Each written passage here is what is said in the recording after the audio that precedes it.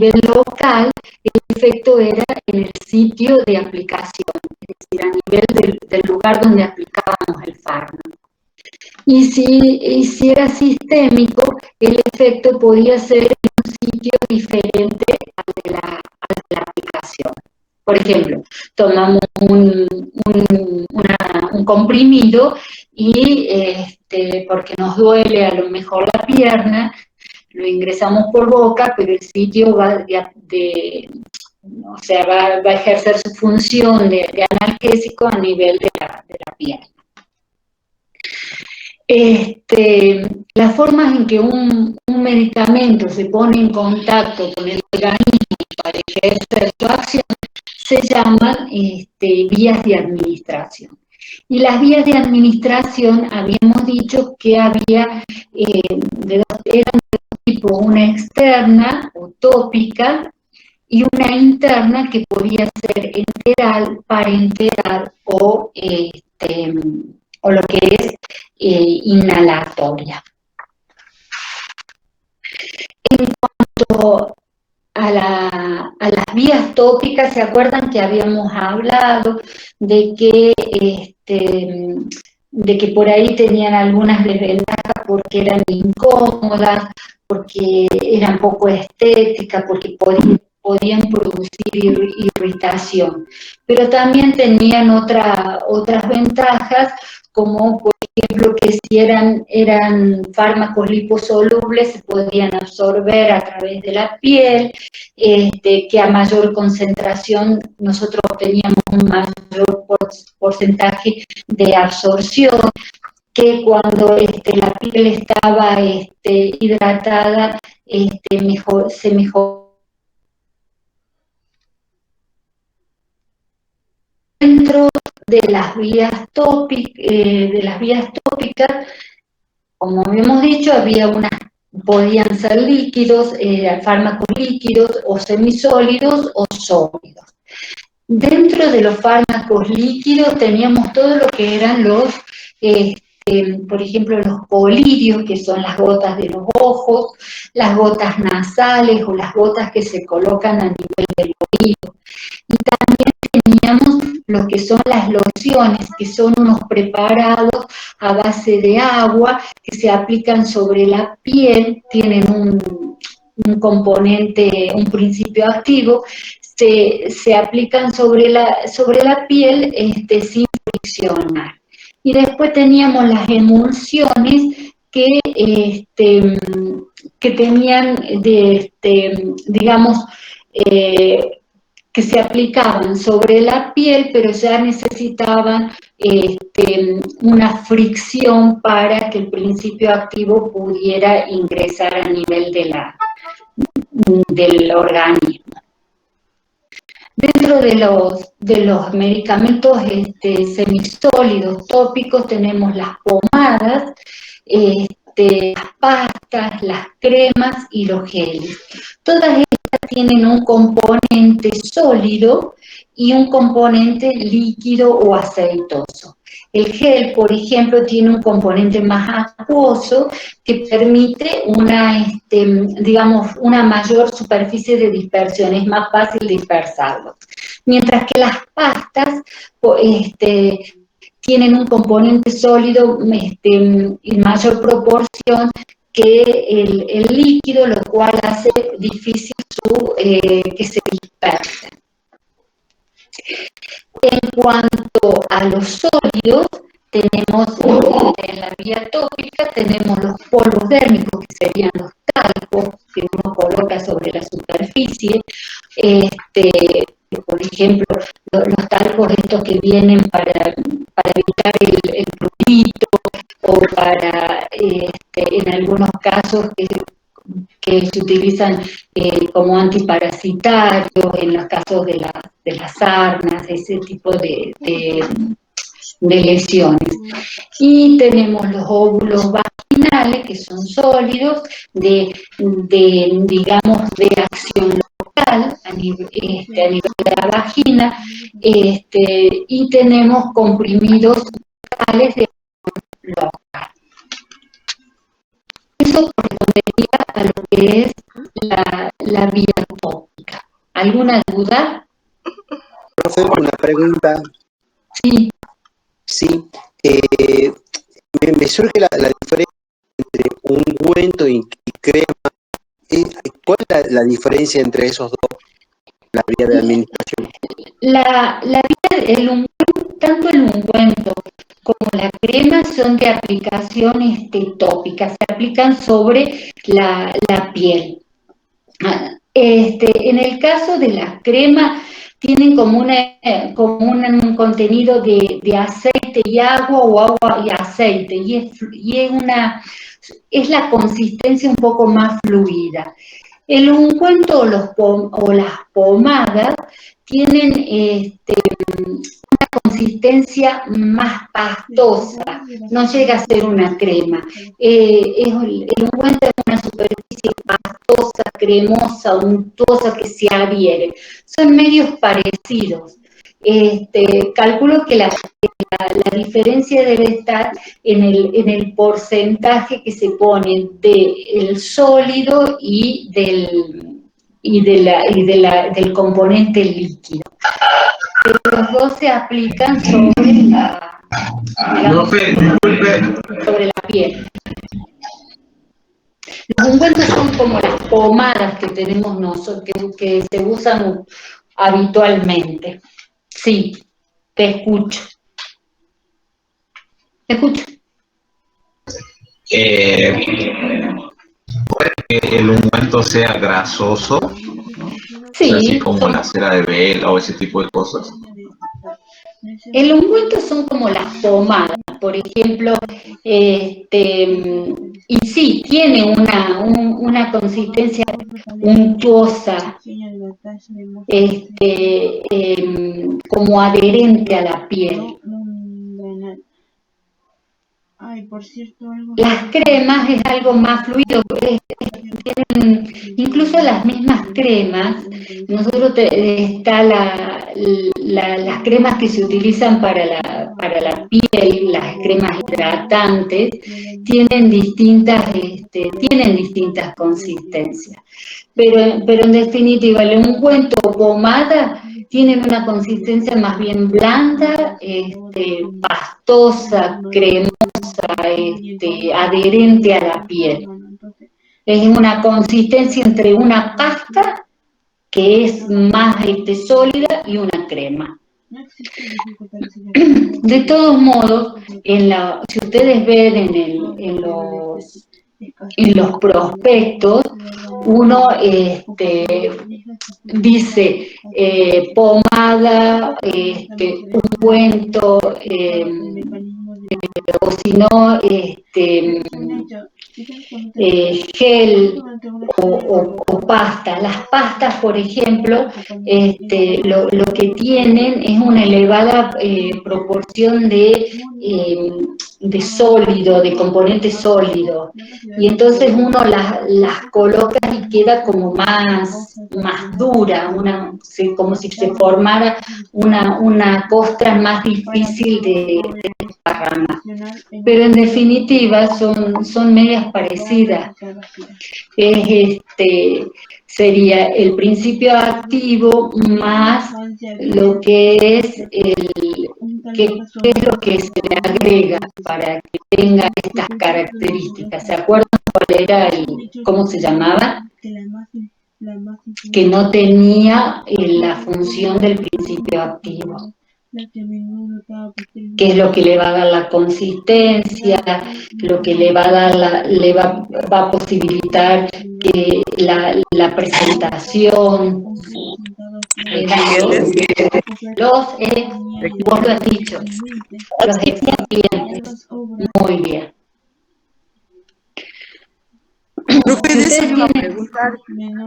Sí.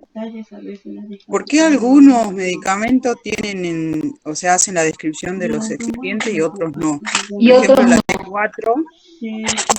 T4 tiene los excipientes, y una buscapina FEM, por ejemplo, yo no la encontré, por ejemplo.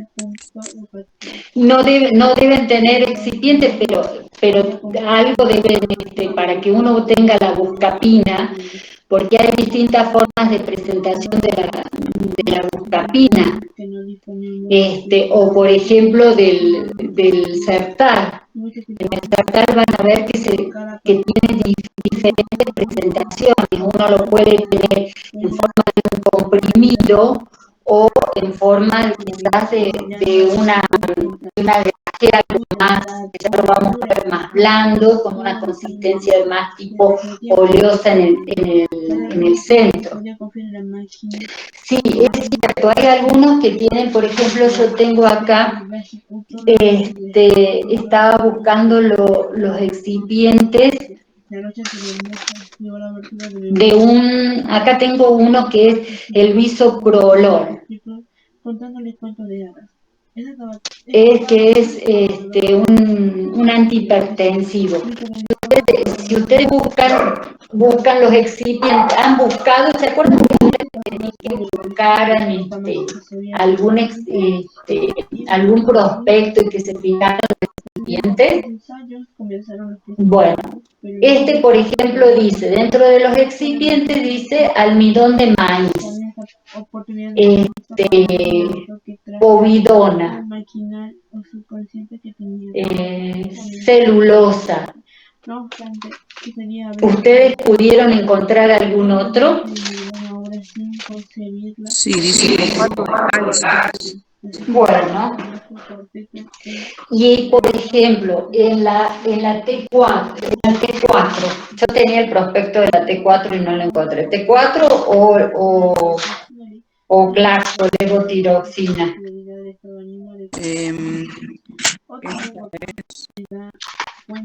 Rosuvastatin dice, no dice T4 en definitiva, ¿no? Pero es la T4, la hormona de la tiroides. Bueno, sí tiene que tener un excipiente para que le dé la forma y para que contenga el principio activo. No, la T4 sí tiene, la que no tiene la buscapina, yo decía.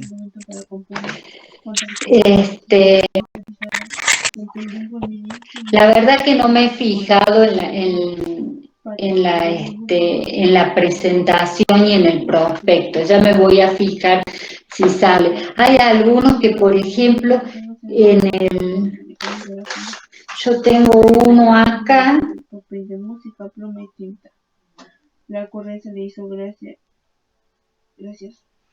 Pero sí tiene, la mayoría tiene descrito los excipientes. Porque acá hay uno, por ejemplo, el clonazepam. El clonazepam tiene clonazepam, que sería el principio activo, o el fármaco sería el clonazepam, y tiene excipientes, tiene talco, arato de magnesio, laca pulverizante, que incluso han visto que algunos tienen como unos colorantes que permiten distinguirlo de otros comprimidos. Ya lo vamos a buscar, me voy a fijar si tengo algún prospecto y me fijo si salen los excipientes. Bueno, quedó más o menos lo de la vía tópica. Recuerden que es la que se aplica y tiene su acción en el sitio donde nosotros vamos a aplicarla. Y podemos tener unas presentaciones líquidas, semisólidas o sólidas. Y bueno, y dentro de esas presentaciones podemos encontrar distintas formas, según se trate de la consistencia o la forma en que se presenta. ¿Alguna otra duda? No, profe. Bueno, pasamos a lo que dijimos que unas eran externas y otras eran internas, de aplicación interna. La vía entérica es la que se aplica generalmente por boca. tiene, como todas las vías, tiene algunas ventajas y otras desventajas. Una de las ventajas, ¿cuál sería? Cuando uno aplica por boca un medicamento. ¿Y de acción más rápida? Sí, no, en realidad no es de las de acciones más rápidas. La fácil administración. De fácil administración. Es la que mejor, digamos, a la que más se recurre. Quizás sea la que más utilizamos. ¿Por qué? Porque es de fácil administración. Por ahí es de una que es de fácil administración, es cómoda. ¿Y cuál sería, por ejemplo, una desventaja de esta vía?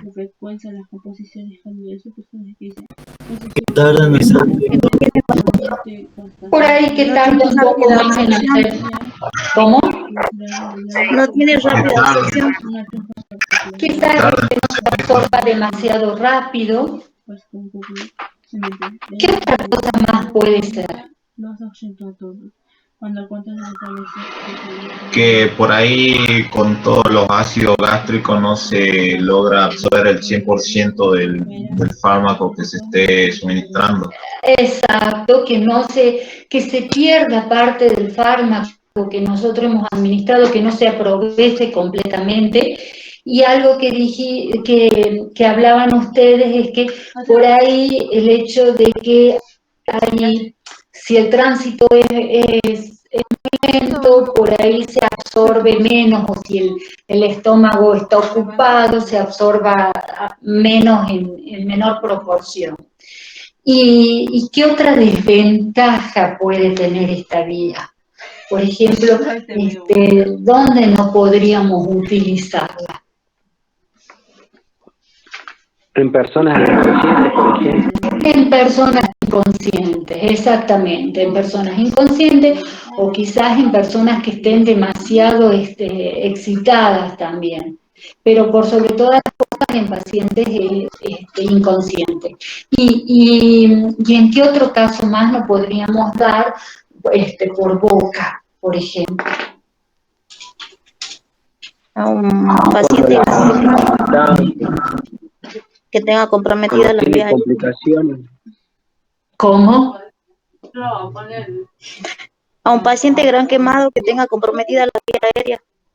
Que tenga compromiso de las vías aéreas, es decir, una persona que no pueda tragar, a eso se denomina disfagia, y cuándo más no podríamos dar, sobre todo en los niños es frecuente, cuando tienen qué cosa.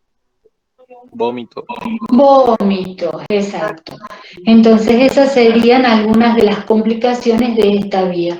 Pero si nosotros vemos, es una de las vías que más utilizamos para la administración de los medicamentos. Y sobre todo en los medicamentos que deben ser mantenidos o deben ser administrados a lo largo del tiempo. Entonces, como vimos anteriormente en la vía tópica, la vía entérica es la que se administra a nivel del tubo digestivo. Y podemos tener la vía las presentaciones pueden ser líquidas o sólidas. Dentro de las líquidas tenemos las soluciones, que son unas mezclas homogéneas, es una dilución del principio activo en un vehículo de tipo acuoso. Después tenemos las emulsiones, que son dos o más líquidos que no logran unirse, no son muy miscibles entre sí, es decir, que no logran mezclarse en forma homogénea. Tenemos suspensiones, que son líquidos turbios o lechosos, hay un componente sólido que por ahí se torna tanto insoluble en el vehículo y que nosotros generalmente tenemos que agitarlo para mezclarlo. Y después tenemos extractos, como pueden ser algunas tinturas que se utilizan a veces como medios de contraste. Dentro de las... ¿Sí?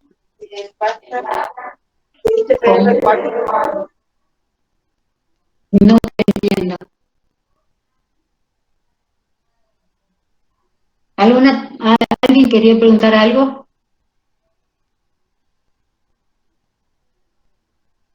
Bueno, sigamos.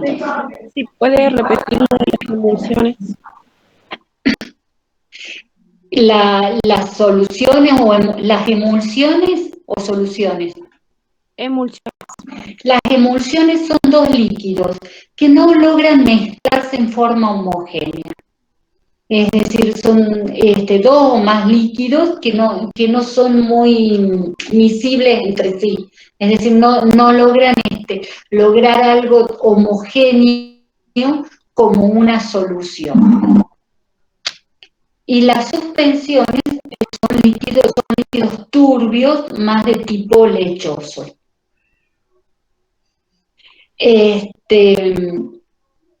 Y después tenemos las presentaciones sólidas. Las presentaciones sólidas son aglomerados de partículas comprimidas que de una determinada cantidad de principios, que están conformadas por un principio activo y un excipiente, y que adquieren la forma de comprimidos, de cápsulas o bien de polvos. Los comprimidos, tenemos comprimidos que pueden ser recubiertos o comprimidos efervescentes. Los comprimidos recubiertos, por ejemplo, el principio activo se encuentra recubierto por una capa que puede ser, que está constituida por un excipiente, que puede ser un azúcar, que lo que hace es proteger al principio activo de los efectos de la humedad, del aire o también de los malos sabores, porque ustedes piensen que nosotros los ingerimos por boca. Y también tenemos comprimidos recubiertos. ¿Por qué pueden ser, por qué los podemos recubrir al principio activo o a estos comprimidos? ¿Para qué función, por ejemplo? Que lo habían dicho recién uno de ustedes. ¿Para que resista qué? Que resista todo lo... Sí. Vos lo dijiste. Los ácidos. Los ácidos del estómago. Entonces puede atravesar el estómago y puede absorberse. Que esos serían digamos, las cubiertas gastroresistentes. Y después tenemos algunos que son efervescentes, que producen que en contacto con el agua liberan como en partículas como si formaran gases. Por ejemplo, vieron la presentación de vienen las vitaminas, vieron los redoxones, eso que se ponen, que uno los mete en agua y se vuelven efervescentes. Bueno, también tenemos, así como tenemos los comprimidos, tenemos las cápsulas, que también son presentaciones sólidas, que tienen una cubierta dura o blanda, y en el interior tienen el principio activo. Podemos tener cápsulas duras, cápsulas blandas y también cápsulas con cubiertas que son resistentes a la acción de los jugos gástricos. Dentro de las cápsulas duras, no sé si ustedes han, las más características son esas que están formadas por dos medias cápsulas, que una viene de un color y otra de otro. Es como si fuera una cubierta parecida a la del huevito Kinder. ¿Vieron que encastran? Bueno, esas, y en el interior tienen la droga. Y después vienen otras que son unas cápsulas más blandas, que son una sola pieza y que en el interior tienen como digamos, el principio activo es más de tipo líquido o oleoso. Vienen, por ejemplo, parecido a lo que es el Sartal Perla, una cosa así, son más parecidas a las cápsulas blandas. Y después, dentro de los sólidos, por vía que se administran por vía entérica, tenemos algunos polvos que se ingieren, uno los va a diluir con agua. En este momento no sé qué polvos, o sea, las leches, algunas leches se presentan en forma de polvos, se administran en forma de polvos.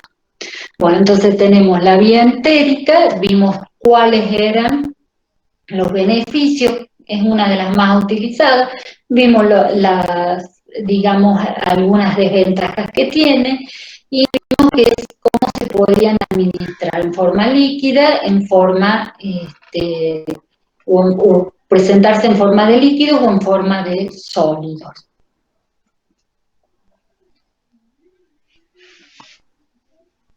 También, dentro de las vías entéricas, es decir, lo que hace a la aplicación dentro de lo que es el tubo digestivo, tenemos la vía rectal. En la vía rectal podemos tener presentaciones como son los supositorios, que son presentaciones más bien sólidas, que pueden ser de efecto local o efecto más sistémico. Las pomadas, que generalmente tienen efecto más local por irritación, en el caso por ejemplo, en el caso de las hemorroides, o algún tipo de infección, o bien por medio de soluciones. ¿Cuáles serían las ventajas y cuáles serían las desventajas de rectal, por ejemplo? Deberías de ver el video, no, porque te desperté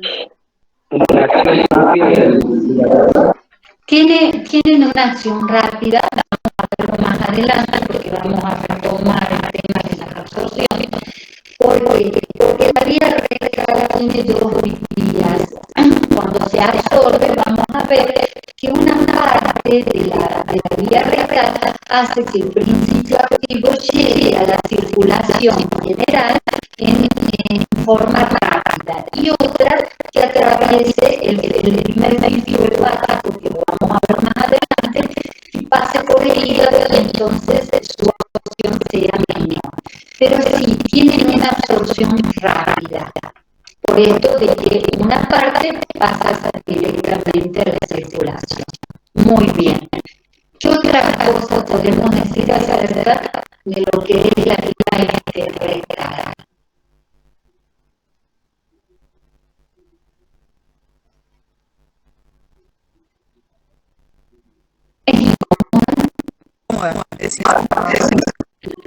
Claro, o sea, no es una vía de que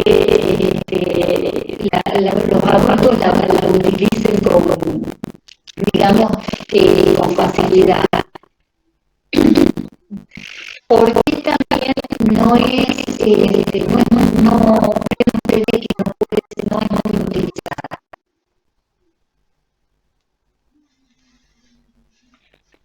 Riesgo de irritación. No tanto riesgo de irritación, porque son muy pocas digamos, los medicamentos que uno lo coloca a través de la vía rectal. Por lo se utiliza en qué casos, por ejemplo, en el tema de las soluciones. ¿Qué les puede pasar si ustedes colocan algo que es líquido, algún medicamento líquido por vía rectal?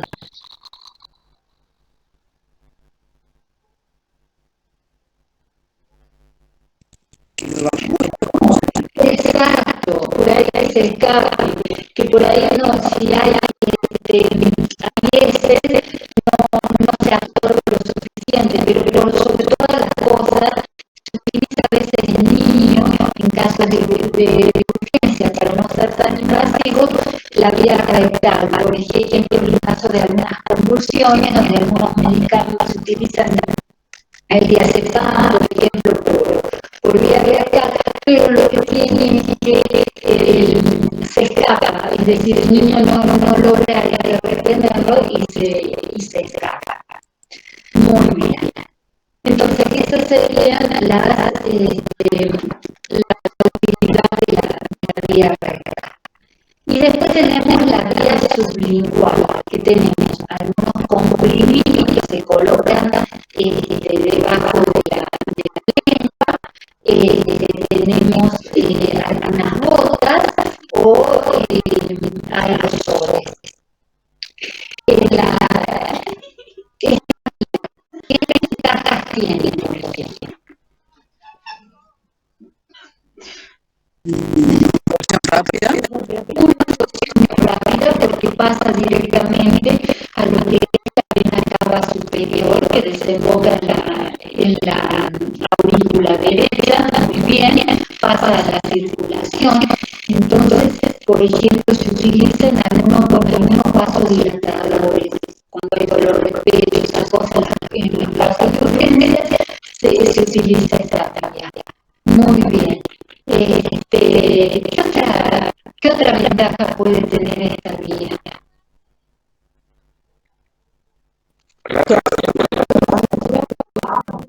Es lo que dijo su compañera, es una rápida acción, ¿sí? ¿Y qué otra cosa? La aplicación. La aplicación, muy bien. ¿La aplicación en qué? ¿Qué podemos decir de la aplicación? Es de fácil administración. Es de fácil administración, muy bien. Es de fácil administración.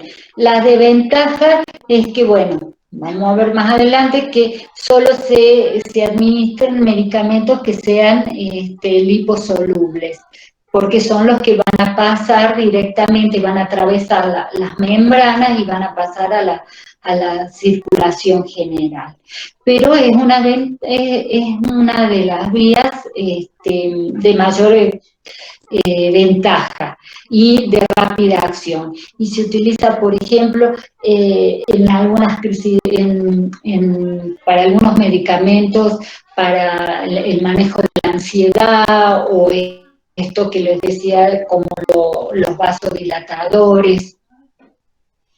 Y después tenemos, bueno, la aplicación de algunos aerosoles, pero es más de tipo, los aerosoles son más de tipo respiratorio, me atrevería a decir. Bien. Bueno, antes que me olvide, esas serían todas las vías que uno puede, digamos, todos los medicamentos las formas en que uno puede administrar medicamentos a nivel del tubo digestivo, es decir, la vía enteral.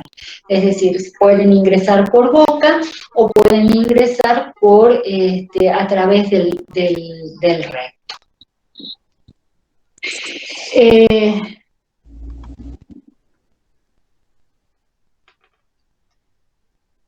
Vamos a ver esto. Después tenemos las vías parenterales, es decir, las que no son a través del tubo digestivo. Y estas, las más utilizadas son la endovenosa y la intramuscular, la subcutánea. Esas son las más utilizadas. La vía parenteral, ¿qué ventajas y qué desventajas puede llegar a tener? Por ejemplo. Fácil. Muy fácil absorción, es decir, se absorbe el medicamento, nosotros aprovechamos más el medicamento. ¿Cómo? No escuché. Es de rápida, más que de fácil, es rápida absorción. ¿Están de acuerdo todos o no? Sí. Sí, es de rápida absorción. Y nosotros aprovechamos todo el medicamento que nosotros administramos.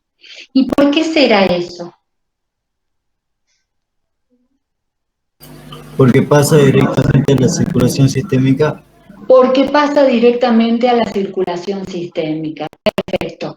Entonces, nosotros tenemos una acción casi inmediata, sobre todo en las vías endovenosas o en la intraarterial. No obstante, la administración intramuscular, como es una zona que está muy irrigada, también tiene una absorción rápida. Entonces, una de las cosas es que tiene, digamos, una alta disponibilidad del medicamento y una rápida absorción, por lo tanto el efecto va a ser inmediato. Y después, ¿cuáles serán las desventajas de la vía parenteral? El dolor. El dolor es incómoda, porque digamos que es un tanto más agresiva que las otras vías. Muy bien. Es decir, no es de fácil acceso. A lo que nos referimos es que es más molesta. ¿Qué es lo que si es más molesta, qué es lo que va a necesitar? ¿Va a necesitar de qué? Para colocarla. Un calmante. No, antes que eso, yo no sé, algunos sí, algunos no. Algunos necesitarán calmante para... Una limpieza, ¿se refiere a la limpieza de la aplicación? Sí, o sea, entonces, si se necesita una limpieza, una aplicación, ¿qué es lo que se va a necesitar? Un conocimiento de una técnica de aplicación. Muy bien. Es decir, nosotros tenemos que limpiar la zona y tenemos que aplicarla ¿con qué? Que su amiga dijo que no, que era molesta. ¿Cómo hacemos para aplicarla una endovenosa, una intramuscular, una subcutánea, ¿una qué? ¿Una? Sí. Una jeringa.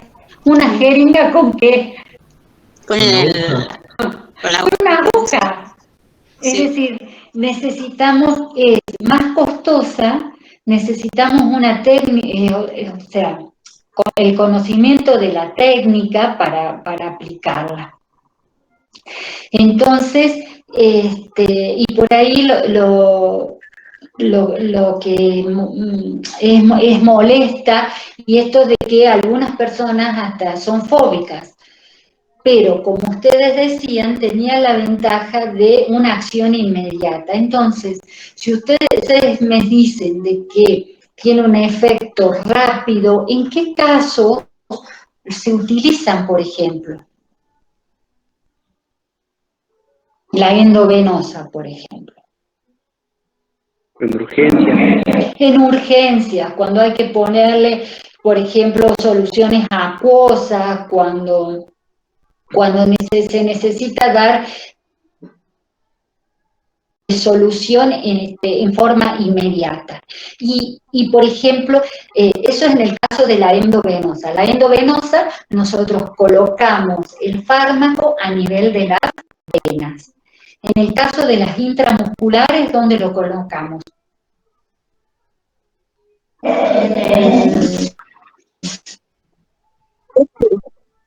¿Dónde?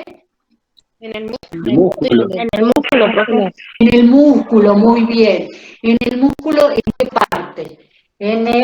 Puede ser en el... ¿Dónde? El glúteo. En el glúteo, En el glúteo, en el deltoide. el deltoide, y si no también en los niños, ¿dónde se les coloca? En el muslo. En el muslo, en la piernita, en la parte anterior. Incluso en los adultos también se colocan en casos de urgencia. Y por ejemplo, las intramusculares, que tienen digamos, un efecto rápido, ¿en qué casos, por ejemplo, se usa mucho? ¿O en qué lugares se usa mucho? En la guardia.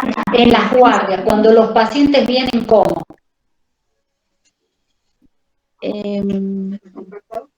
Descompensado, con algún dolor. Sí, pero más si vamos a una urgencia, imagínense ustedes en los pacientes que están ansiosos, que están irritables, que no lo pueden sostener, que digamos que es una vía digamos, más accesible que la endovenosa y de rápida acción en los casos, por ejemplo, de pacientes psiquiátricos. Vieron que no se quedan quietos y que uno tiene que tranquilizarlos como para poder atenderlos. O pacientes que no son psiquiátricos, que están excitados por digamos, por algún problema, entonces es una vía de fácil acceso. En el caso de la subcutánea, es la que se aplica a nivel del tejido celular subcutáneo, se aplican pequeños volúmenes, como por ejemplo en el caso de los pacientes que se aplican la insulina. Y la intradérmica es la que se aplica a nivel de la dermis y se utiliza generalmente para las pruebas cutáneas, es decir, para ver si la persona es alérgica o no. Se hace una pequeña inyección para ver qué genera a nivel de la zona, si genera alguna reacción alérgica. La intraarterial se utiliza para aplicar a nivel de las arterias algunos medicamentos como son los utilizados en casos de quimioterapia o algún tromboembolítico o algún vasodilatador en pacientes que están internados en las salas de cuidados intensivos o de cardiología. Bueno, más o menos esto de la vía parenteral. Vimos las ventajas y las desventajas. Las desventajas es que es más agresiva, que necesita una técnica, que se necesita el conocimiento de la técnica. Y otra de las desventajas que pueden tener estas vías es el tema de que cuando uno hace un inyectable, puede generar una infección, es decir, si la técnica no es adecuada o si hay algún tipo de contaminación, puede uno contagiarse o dar origen a alguna infección. Como por ejemplo, ¿qué es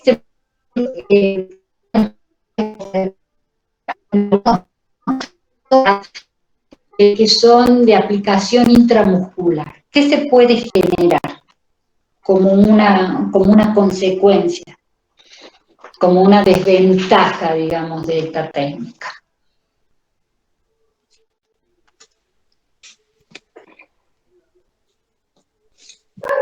¿Se han puesto inyecciones? ¿Algún traumatismo? Bueno, pero ¿qué es lo que puede generar? Cuando ustedes se ponen una inyección, ¿qué les pasa? Si se lo ponen en la nalga o en el brazo, ¿no les duele? Y puede verso también. ¿Cómo? Edemas, profe. Más que si se pone edematosa, la zona se pone roja, se pone caliente, se puede poner caliente y se puede formar un absceso, es decir, una colección líquida, una infección a nivel del músculo, ¿sí? Entonces hay que tener cuidado porque esa es es una de las complicaciones que pueden tener.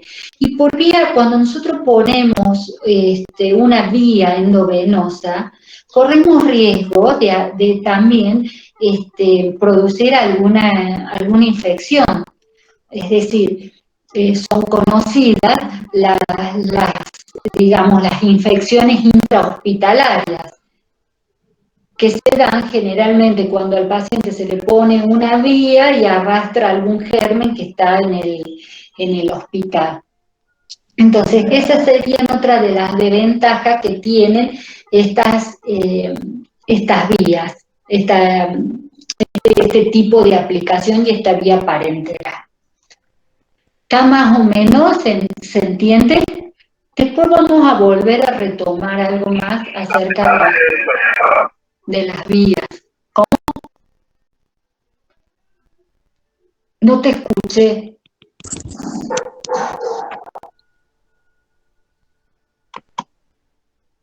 Bueno, sigamos con otra de las vías. Tenemos la vía intraarticular. La vía intraarticular consiste en la colocación de un medicamento a nivel de una articulación. Se usa mucho a nivel de los deportistas, sobre todo en traumatología. Lo que se aplica son principalmente los corticoides. Pero bueno, no hay que abusar, porque si bien genera un alivio del dolor en algunas circunstancias, se corre el riesgo de que con el tiempo el uso reiterado pueda producir una lesión a nivel de la articulación. Pero en general en la vía intraarticular se utiliza más que todo para la aplicación de los corticoides. Después existe una vía intraperitoneal que se utiliza, en realidad se utiliza poco, si bien es una vía que tiene una amplia superficie de absorción. Se utiliza en algunos casos, por ejemplo, vieron que hay personas que están sometidas a diálisis y hacen infecciones, entonces, bueno, se aplican algunos, por ejemplo, antibacterianos para frenar las infecciones que se generan como consecuencia de las diálisis. Y digamos, la desventaja que tiene esta vía intraperitoneal es el riesgo de infecciones y el riesgo de que se formen algún tipo de adherencias o bridas como consecuencia de estas infecciones. Es una técnica que se aplica a nivel del peritoneo. Bueno, tenemos después la vía inhalatoria, que es mediante la aplicación de aerosoles que hacen efecto a nivel de las vías aéreas, como por ejemplo son los broncodilatadores o algunos corticoides. Y la vía percutánea es esto que habíamos hablado la vez pasada de los parches que ejercían un efecto más bien distal y que puede ser, por ejemplo, la utilización de algunas hormonas, anestésicos, por ejemplo. Bueno, más o menos quedó un poco claro lo de las vías de administración.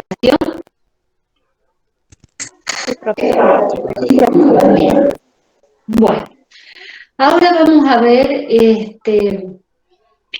todos estos fármacos necesitan una forma de prescripción y existen lo que son prescripciones que corresponden, por ejemplo, a lo que son los preparados galénicos. Los preparados galénicos eran formulaciones que el farmacéutico elaborara según la prescripción médica, es decir, antes se le indicaba, se daba la indicación de todos los ingredientes para que el farmacéutico preparara el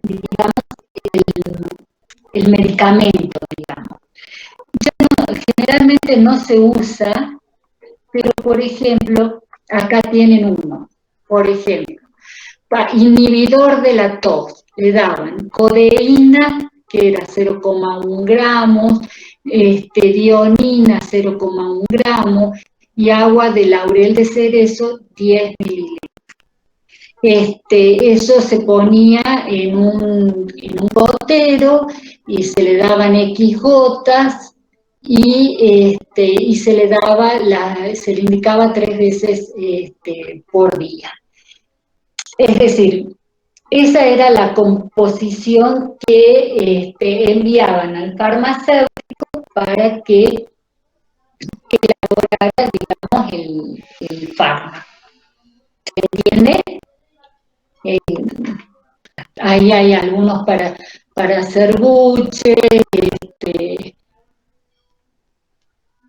para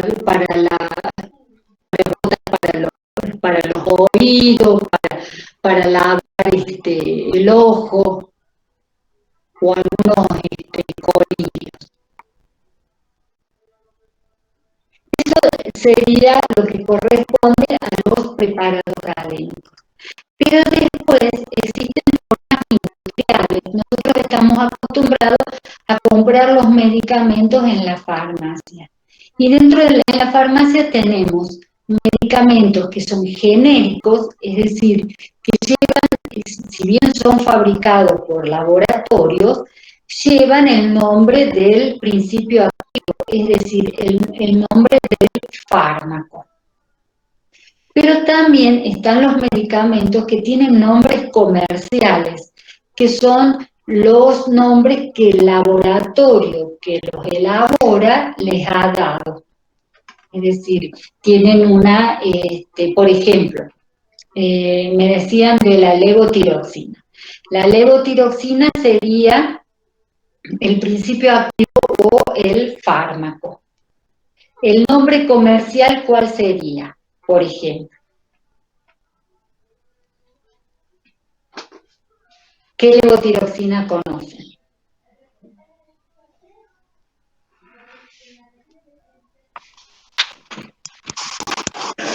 ¿Verdad?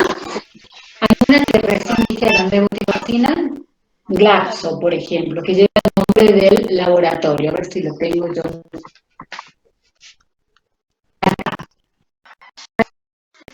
Si ustedes ven ahí, el principio activo sería el que dice abajo, levotiroxina sódica 175 microgramos. El nombre comercial sería levotiroxina Glaxo, que es el nombre que le da el laboratorio. El laboratorio tiene sus características, tiene una presentación que los identifica, como por ejemplo en este caso tiene un simbolito arriba naranja, amarillito, y tiene una presentación de las cajas en color blanco y celeste. Este es característico de Bayer y es el Roemer del laboratorio, que es en color amarillo y en color negro. Pero vamos a ir por más. Entonces,